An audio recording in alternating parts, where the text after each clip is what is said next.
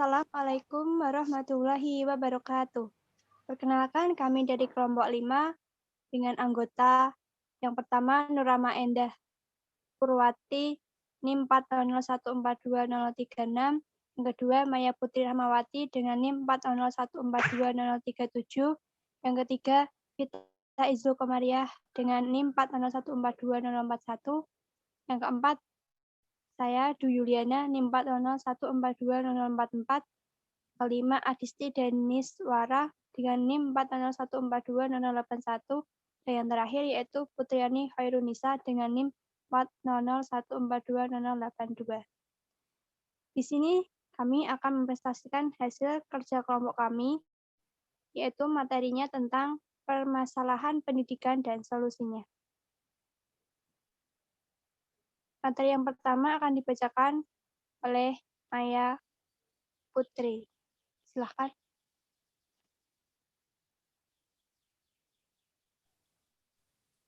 Permasalahan pendidikan informal dan solusi pemecahannya.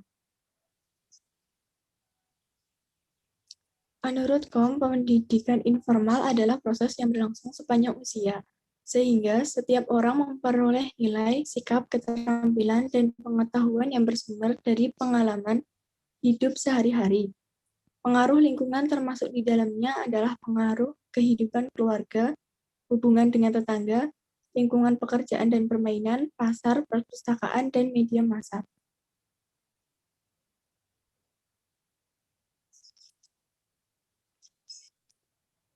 Beberapa permasalahan yang kerap muncul dalam pendidikan informal diantaranya yaitu A. Kurangnya perhatian keluarga kepada anak. Orang tua kurang tanggap dengan pendidikan anak dan hanya beranggapan pendidikan anak cukup membaca dan menulis. Selain itu, kontrol orang tua terhadap perilaku anak juga kurang diperhatikan. Yang kedua, faktor ekonomi. Ada beberapa yang ekonomi keluarganya kurang memadai sehingga anak-anak mereka tidak mampu mengenyam pendidikan tinggi. Yang ketiga, kurang adanya perhatian pemerintah terhadap dana dan kesejahteraan pada pendidikan informal secara maksimal. Yang keempat, tingkat pendidikan orang tua yang masih rendah. Kurangnya wawasan dan ilmu pengetahuan orang tua dari segi pendidikan berdampak pada penyampaian dan pengarahan dalam keluarga menjadi kurang jelas dan anak sulit untuk memahaminya. Yang kelima, tindakan kurang baik dari orang tua atau anggota keluarga lain yang terkadang dilakukan di dalam rumah. Terkadang beberapa orang tua justru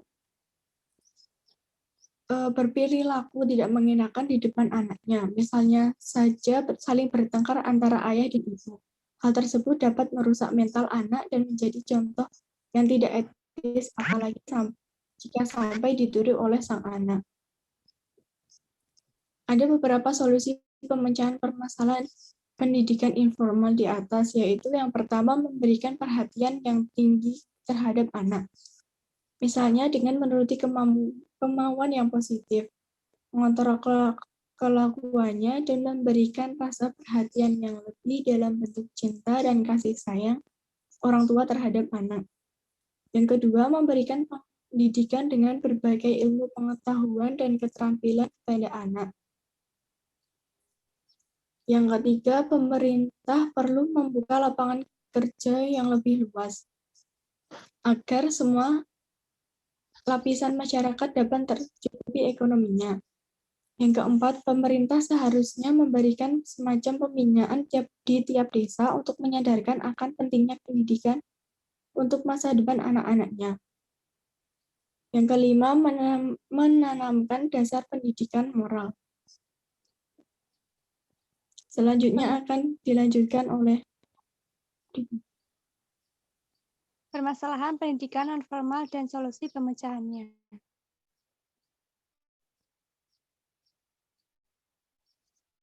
Pengertian pendidikan non-formal. Menurut Philip Helcombs, pendidikan non-formal ialah pendidikan luar sekolah yang dilembagakan. Dalam Undang-Undang Nomor 20 Tahun 2003 tentang Sistem Pendidikan Nasional, pendidikan non-formal diselenggarakan bagi masyarakat yang memerlukan layanan pendidikan yang berfungsi sebagai pengganti, penambah, dan pelengkap pendidikan formal dalam rangka mendukung pendidikan sepanjang hayat. Pendidikan nonformal berlangsung sepanjang hayat, sehingga setiap orang memperoleh nilai, sikap, keterampilan, dan pengetahuan yang bersumber dari pengalaman hidup sehari-hari. Pendidikan nonformal meliputi pendidikan kecakapan hidup, pendidikan anak usia dini, pendidikan kepemudaan, pendidikan keterampilan dan pelatihan kerja, pendidikan kesehatan, dan pendidikan lainnya yang memiliki tujuan mengembangkan kemampuan peserta didik. Pendidikan nonformal berusaha membentuk manusia Indonesia seutuhnya. Artinya, keseluruhan program pendidikan nonformal mengarah kepada upaya dan kegiatan pengembangan kualitas manusia Indonesia agar memiliki pribadi, pekerjaan, dan nilai-nilai kemasyarakatan yang terpuji, memiliki nalar, budi dan gerak yang sesuai dengan nilai-nilai Pancasila, manusia yang mampu mengajarkan hubungan baik dengan Tuhan, dengan sesama manusia, dan dengan lingkungan alam di sekitarnya.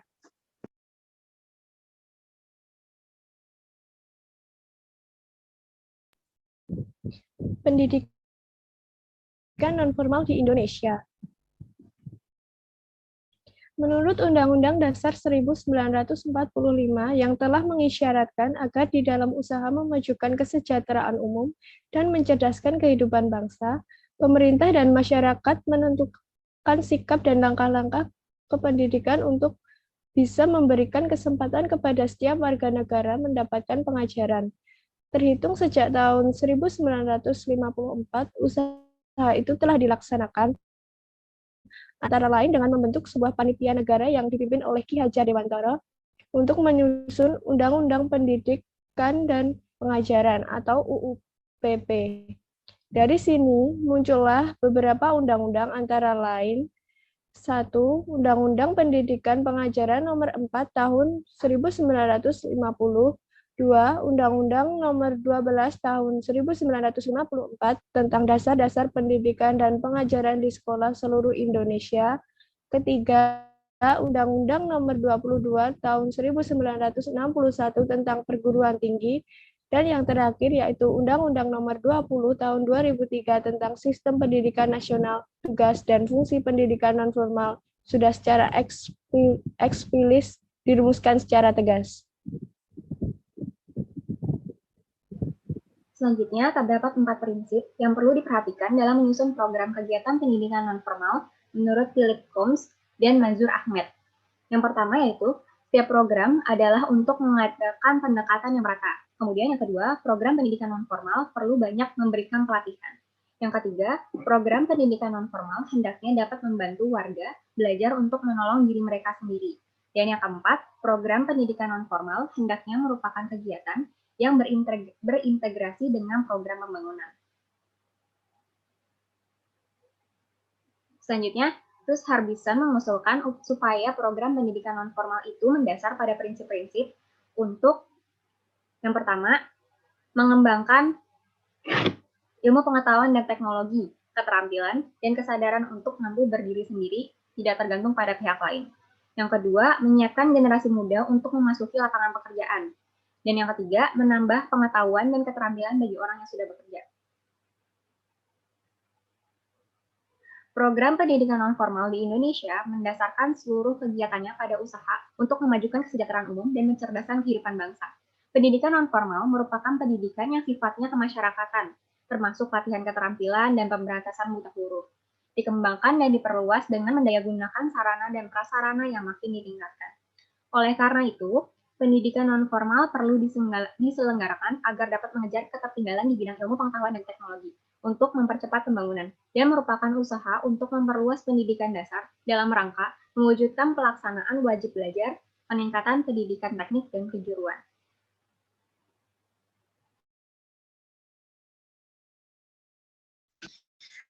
Selanjutnya adalah permasalahan pendidikan non-formal. Jadi tidak hanya pendidikan formal saja yang mempunyai masalah, tetapi pendidikan non-formal juga mempunyai masalah. Ternyata melaksanakan kegiatan program pendidikan non-formal tidaklah semudah yang dikatakan orang.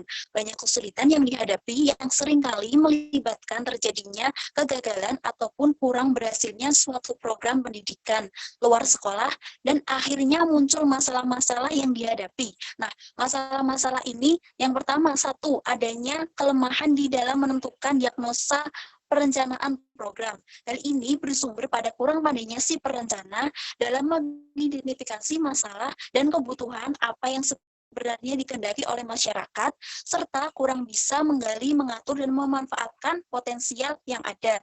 Nah, yang kedua, yaitu adanya program yang tidak konsepsional, yaitu asal dibuat dan asal dilaksanakan karena ada sumber dananya. Tentu hal yang sedemikian akan mengakibatkan pemborosan. Yang ketiga yaitu adanya beberapa program kegiatan yang boleh dibilang sama, tetapi dilaksanakan oleh beberapa pihak. Nah, program semacam ini tentu saja tidak efektif, tidak efisien, karena banyak menghabiskan waktu, menghabiskan uang dan tenaga, dan akhirnya justru merupakan kegiatan yang membosankan bagi sebagian orang.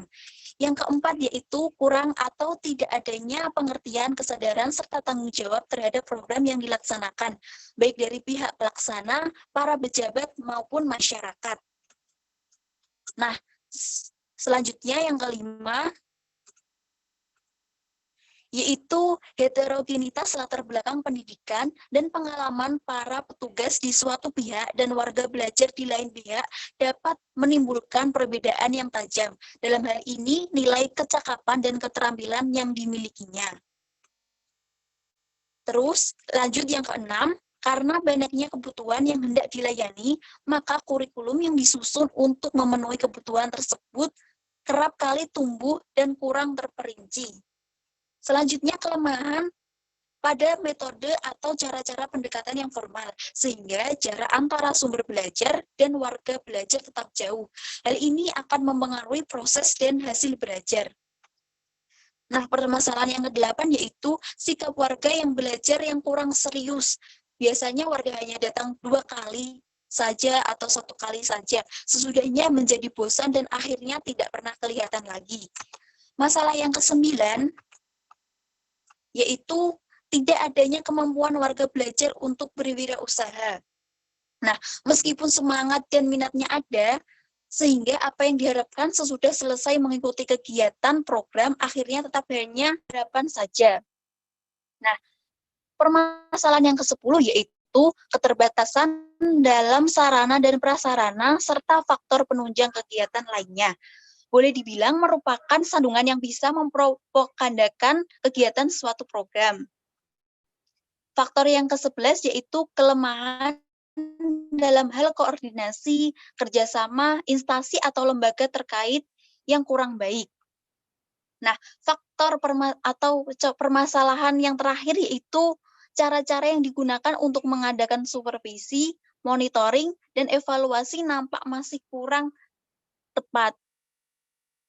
Sehingga sulit diketahui apakah suatu program itu berhasil atau tidak.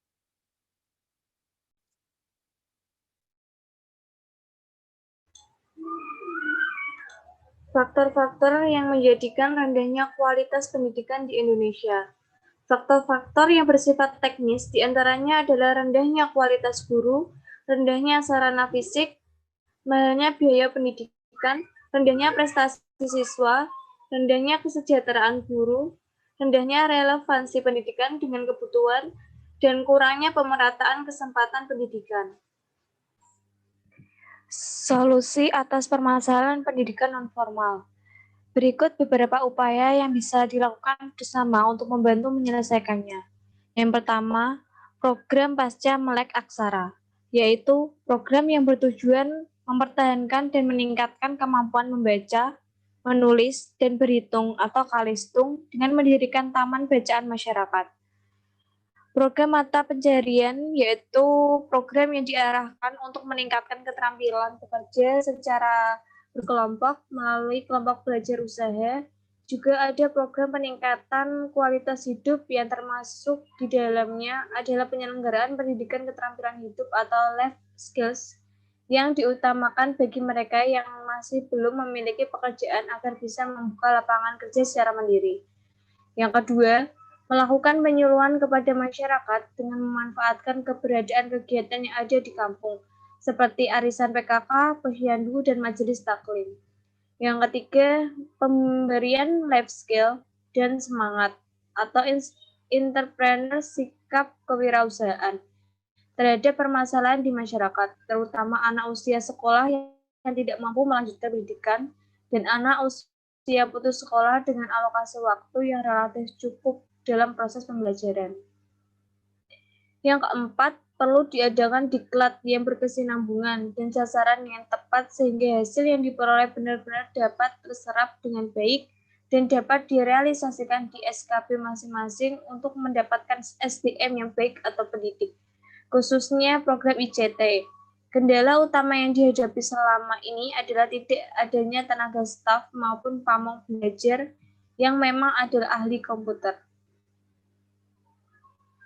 Yang keempat, perlu diadakan diklat yang berkesinambungan dan sasaran yang tetap sehingga hasil yang diperoleh benar-benar dapat terserap dengan baik dan dapat direalisasikan di SKP masing-masing untuk mendapatkan SDM yang baik atau pendidik.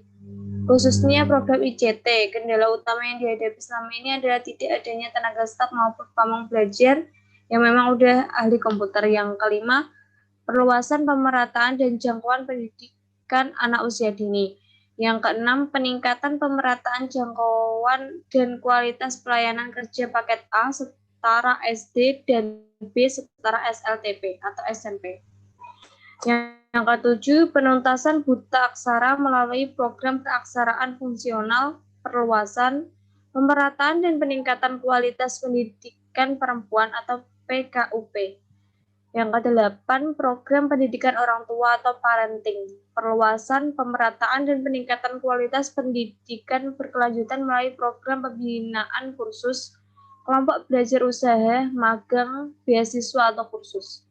Yang kesembilan, meningkatkan mutu sarana dan prasarana dapat memperluas pelayanan mampu meningkatkan pengetahuan, keterampilan, profesionalitas, produktivitas, dan daya saing dalam merebut peluang pasar dan peluang usaha meningkatkan mutu tenaga kependidikan. Cukup sekian presentasi dari kelompok kami. Kurang lebihnya mohon maaf. Wassalamualaikum warahmatullahi wabarakatuh. Waalaikumsalam warahmatullahi wabarakatuh.